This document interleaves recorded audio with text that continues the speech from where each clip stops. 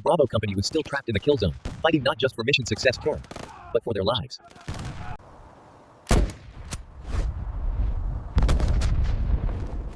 Move up! Move up! Covering fire! We got a man down. Get over here. I'm hit bad. Help me.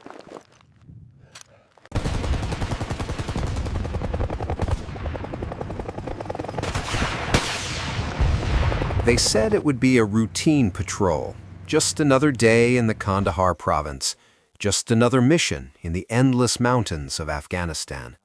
But for the men of Bravo Company, 3rd Battalion, that morning in October 2009 would become anything but routine. Within hours, they would find themselves in the fight of their lives, outnumbered, outgunned, and miles away from any real support. This is the story of how the U.S. Army got struck in Afghanistan and how ordinary American soldiers became heroes in the face of impossible odds. Before we dive into this incredible story, I want you to imagine something. Imagine being 22 years old, fresh out of basic training, and suddenly you're standing in the Hindu Kush Mountains, 7,000 miles from home. The air is thin, the sun is brutal, and somewhere in those rocky hills, enemy fighters are watching your every move.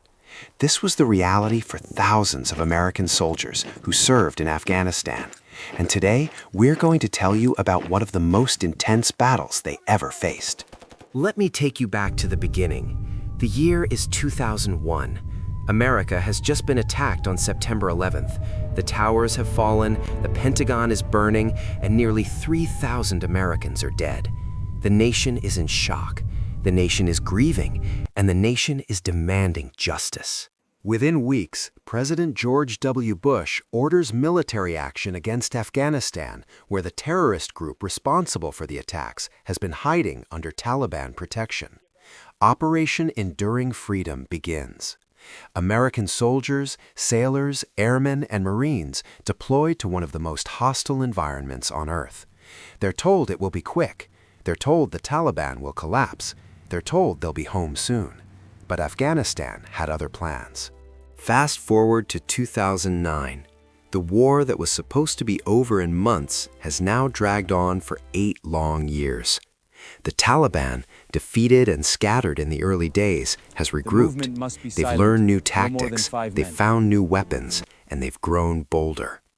American forces are stretched thin across the entire country, trying to bring stability to remote villages that haven't seen peace in decades.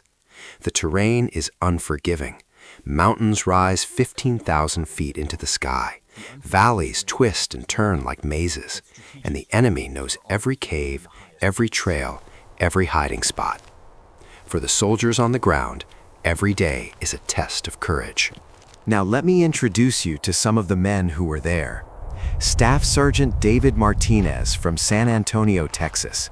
He was 28 years old, married with 2 kids back home. He joined the Army right out of high school because his grandfather had served in Vietnam and he wanted to honor that legacy. Then there was Specialist Tommy Chen from Sacramento, California. Tommy was just 21, the youngest in his squad. He used to joke that he joined up because college was too expensive and his mom wouldn't stop nagging him about getting a job.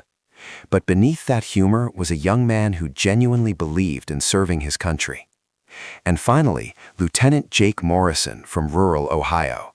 Jake was 25, a West Point graduate who could have taken an easy assignment stateside, but volunteered for Afghanistan because he wanted to lead men in combat, not push papers at a desk. These 3 men, along with 47 others, made up Bravo Company. Their mission that October morning seemed simple enough on paper. They were supposed to patrol a valley northeast of Kandahar, meet with local elders in a village, and assess whether a new road could be built to improve access for medical supplies. It was the kind of hearts and minds operation that had become standard in Afghanistan. Show the locals that America was there to help. Build trust, build infrastructure, win the war one village at a time. The company rolled out at dawn in a convoy of 8 Humvees and 2 MRAPs, those massive mine-resistant vehicles that had saved countless lives from roadside bombs. The morning was cold. October in Afghanistan means the summer heat is finally breaking, but the nights and early mornings can drop below freezing. Staff Sergeant Martinez was in the lead vehicle. He'd been in Afghanistan for 6 months already, part of a 15-month deployment. He knew the area pretty well by now. He knew which roads were safe and which ones to avoid. He knew which villages were friendly and which ones gave him a bad feeling. As they drove deeper into the valley, something felt off. The road was too quiet. Normally, you'd see farmers heading to their fields, kids running around, maybe a few goats wandering near the path. But today, there was nothing. No people, no animals, just empty silence. Martinez keyed his radio and told the convoy to slow down. In Afghanistan, silence usually meant trouble. The explosion came without warning. 1 second, the convoy was crawling forward at 5 miles per hour. The next, the earth erupted beneath the third vehicle. A deafening blast tore through the valley, flipping a Humvee onto its side like a toy. Dirt, smoke, and twisted metal shot into the sky. The shockwave punched through every chest in the convoy. For a split second, there was nothing but ringing ears and confusion. Then the gunfire started. From the ridgeline above them, muzzle flashes lit up the rocks. The Taliban had been waiting. They'd buried the improvised explosive device days earlier, maybe weeks, watching and studying patrol patterns. This was a classic L-shaped ambush. Hit the middle of the convoy, trap the front and rear, fire from high ground, and they executed it perfectly. Bullets rained down from above, hammering into the vehicles and kicking up dust around the soldiers scrambling for cover. "Contact left! Contact left!" someone screamed over the radio. Doors flew open, soldiers poured out, diving behind rocks barely big enough to shield their bodies. Training took over instantly. Return fire, establish sectors, find the enemy. Martinez crawled to a better position, ignoring the sharp sting in his shoulder from flying debris. He raised his rifle and began firing controlled bursts toward the ridgeline. The enemy was hard to see, blending into the terrain, but their muzzle flashes betrayed them. The Humvee that took the blast was burning. Thick black smoke billowed into the morning sky. Inside were 4 soldiers. 1 wasn't moving. 2 were trapped by twisted metal. Specialist Chen had been in the vehicle directly behind it. He didn't hesitate. Despite bullets snapping past his head, he sprinted toward the wreckage. Fear was there, of course it was, but it was drowned out by something stronger: loyalty. Lieutenant Morrison followed him. Together, they reached the overturned Humvee. The heat was intense. Ammunition inside the vehicle began to cook off, small pops echoing through the smoke. Chen grabbed one of the trapped soldiers, pulling with everything he had. Morrison covered him, firing uphill with one hand while dragging a wounded man with the other. It was chaos, it was courage, it was brotherhood in its purest form. Behind a rocky outcrop, the company's medic, Sergeant Luis Herrera, was already working. He moved from man to man with terrifying calm. Tourniquet, pressure dressing, morphine, reassurance. One soldier had shrapnel embedded deep in his thigh. Another wasn't breathing. Herrera dropped to his knees and began chest compressions, while rounds cracked into the stones inches away. "Stay with me," he kept saying. "Stay with me." Up the slope, enemy fighters tried to maneuver for a better angle. Specialist Chen, now back in position after pulling 2 men to safety, locked on to one figure darting between rocks. He steadied his breathing, despite the adrenaline flooding his body. Squeeze, not jerk. The shot rang out. The figure dropped. Chen barely had time to process it before shifting his aim again. This wasn't about statistics. It was survival. Then Martinez saw something that made his stomach drop. Through his optic, he spotted 3 insurgents assembling a mortar tube on the ridge. If they got that weapon operational, it would devastate the pinned-down Americans below. Mortars didn't need perfect aim. They just needed coordinates. And Bravo Company was tightly clustered in the valley floor. Martinez grabbed his radio and called it out immediately. Lieutenant Morrison crawled toward a soldier carrying an M320 grenade launcher attachment. "Range!" Morrison shouted. They estimated quickly. It wasn't exact. It didn't have to be. The soldier adjusted his sight, took a breath, and fired. The grenade arced high into the air, almost gracefully against the blue Afghan sky.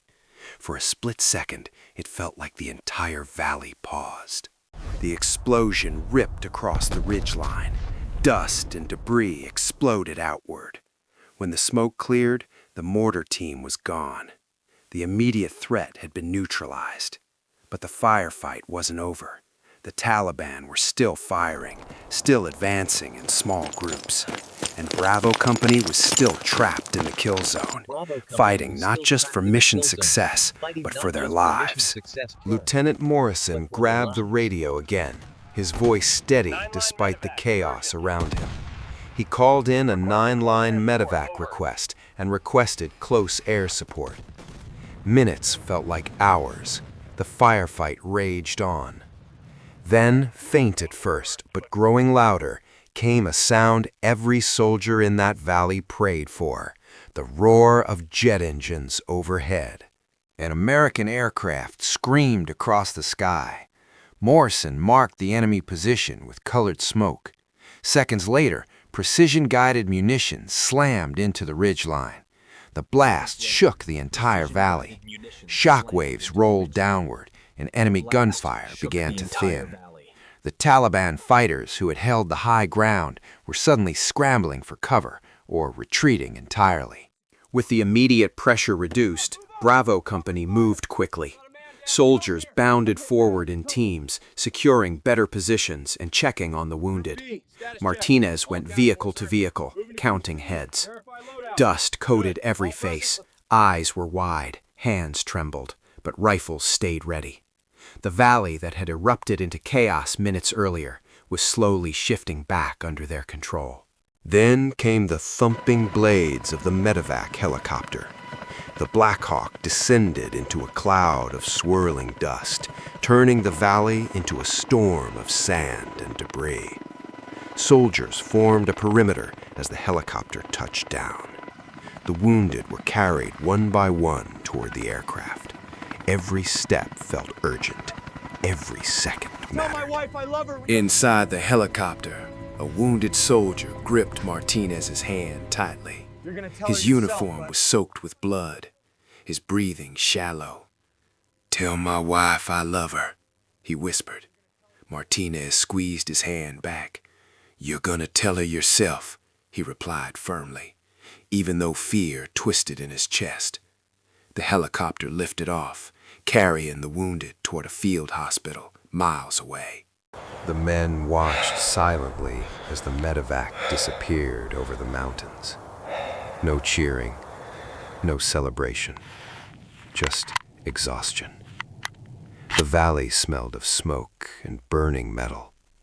Spent shell casings littered the ground. What had begun as a routine patrol had turned into a brutal fight for survival. And it wasn't over yet. Intel suggested enemy fighters had retreated into nearby compounds. Despite their losses, Bravo Company pushed forward. Room by room, building by building, they cleared the village with disciplined precision. Every doorway could hide a rifle. Every shadow could conceal danger. The adrenaline was fading now, replaced by a heavy, grinding focus. By late afternoon, the valley was secure. The Taliban had withdrawn completely, but the cost was clear. 2 soldiers critically wounded, several others injured, vehicles destroyed. Martinez looked down at the American flag patch on his sleeve, now streaked with dust and blood. This was the reality of war. Not headlines, not politics, just men trying to protect each other and make it home. As the sun dipped behind the mountains, Bravo Company finally exhaled. Some men sat in silence. Others stared into the distance, replaying the day in their minds. They had survived. They had held their ground. They had saved lives. But they all knew something had changed. Combat has a way of marking you, quietly, permanently. The wounded were flown to a military hospital in Kandahar, then transferred to Germany for advanced treatment. Surgeons worked for hours. Blood was replaced. Shrapnel was removed. Bones were set. For some, recovery would take months. For others, years. Families back home received phone calls no spouse or parent ever wants to answer. But they also heard something else. Their sons were alive. Rehabilitation was its own battlefield. One soldier had to learn how to walk again. Another struggled with nightmares that wouldn't let him sleep more than 2 hours at a time. The wounds weren't just physical. They were emotional, invisible. The kind that follow you home long after the gunfire stops. But just like in the valley, they leaned on each other. Brotherhood didn't end when the deployment did. Months later, back on American soil, Bravo Company stood in formation once again. This time, not in a combat zone, but at an awards ceremony. Medals were pinned to uniforms, Purple Hearts for the wounded, Bronze Stars for valor. Official citations described acts of courage in calm, measured language. But those words could never fully capture what it felt like in that valley. Years later, acts of extraordinary heroism in Afghanistan would lead to the nation's highest military honor being awarded to soldiers who faced impossible odds. In a ceremony at the White House, the Medal of Honor was placed around the neck of a soldier whose bravery under fire became part of American history. It was a reminder that even in the darkest moments of war, courage shines brightest. But medals are not why they fought. They fought for the man to their left and right. They fought because when the explosion hit and the bullets started flying, quitting was not an option. The American flag doesn't just represent a nation. For them, it represents sacrifice, duty, and the promise that no one gets left behind. Not every story in Afghanistan ended with survival. Across the country, memorial walls bear the names of those who made the ultimate sacrifice. Each name represents a life cut short, a family forever changed, a future that will never unfold. And behind every name is a story of bravery that deserves to be remembered. Years after that October morning, members of Bravo Company would reunite. Older, a little quieter, but still bound by something unbreakable. They would laugh about small things, the terrible rations, the freezing nights, and fall silent when memories drifted back to the firefight. Time moves on, but some days remain frozen forever. The mountains of Afghanistan still stand, unchanged and indifferent. The valley where Bravo Company fought has returned to silence. But for the men who were there, that day will echo for the rest of their lives. This is what happened when the U.S. Army was struck in Afghanistan. This is what courage looks like under fire. And this is why their story matters.